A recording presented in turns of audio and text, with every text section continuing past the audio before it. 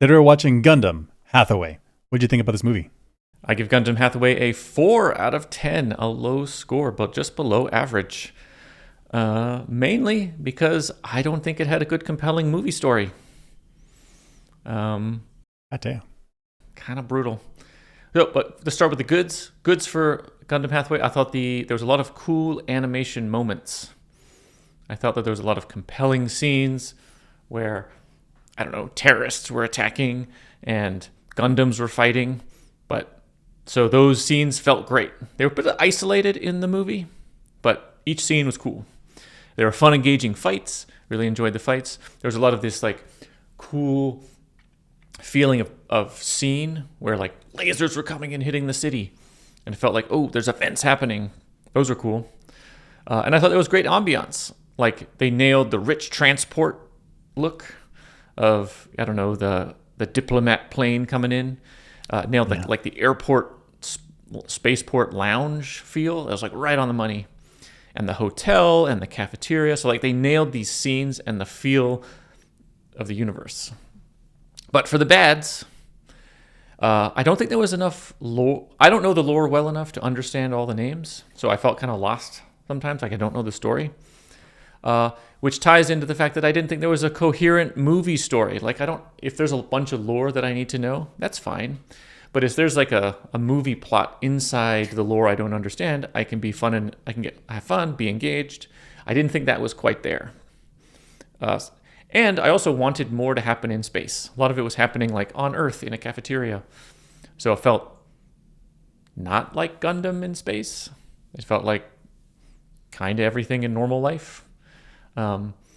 So my biggest gripe, didn't have that movie story that engaged me throughout the whole thing. So for me, that's got to be a 4 out of 10. What do you think? I also gave this movie a 4 out of 10. So I mean, on where 5 is the average, 4 is a little bit below average. For me, it's a low score. But I'll tell you why. So first, the pros. The pros is the animation. The animation in this movie was fantastic, and the storytelling was also fantastic. And this idea of show by telling, as opposed to explaining to the audience what's happening, explaining to the audience is very, I don't know. I'm just getting a lecture.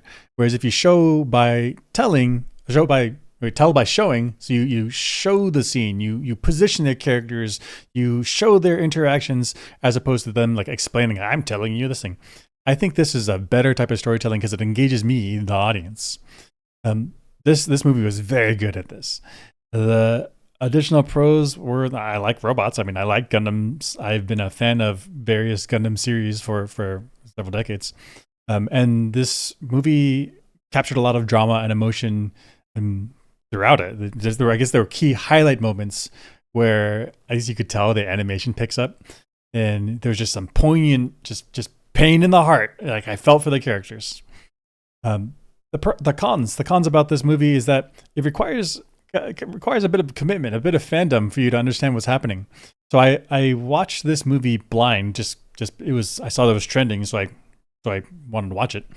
But actually, it's after the fact, I looked up that it's a continuation. It's a direct continuation of Mobile Suit Gundam 1979, Zeta, Double Z, and then Char's Counterattack. So to really understand all of what's happening here and like why is Hathaway Noah important while he was in Char's Counterattack, I didn't know that. I didn't know that until after the movie. And so that's a con for me because I'm new to the Universal Century. But for fans that are diehards, this is fantastic. Like it's more of the stuff I already like. That's a huge bonus. Additionally, because I picked up this movie without the prerequisite watching of four series, I didn't know it was a trilogy. I thought it was a standalone, and so the ending was surprising. That nothing really happened, and so these 2 points are fantastic. If you know that it's going to be a trilogy and you know that it's a continuation of an existing IP, then it's like more stuff that I like, and I'm going to get more stuff in the future, like even better. However, I guess since we are a sci-fi YouTube channel, the sci-fi is weak. And so I had this idea of like the scientific kernel, the question that we have in the real world, that if this principle, if scientific principle was changed, was flipped, or if we had this idea and then we were to progress down this technology tree, like what would happen? That's like the scientific kernel. And so I didn't see that in this movie. I think the universal century is a lot more political, and the scientific kernel is what if we had Gundams in the future?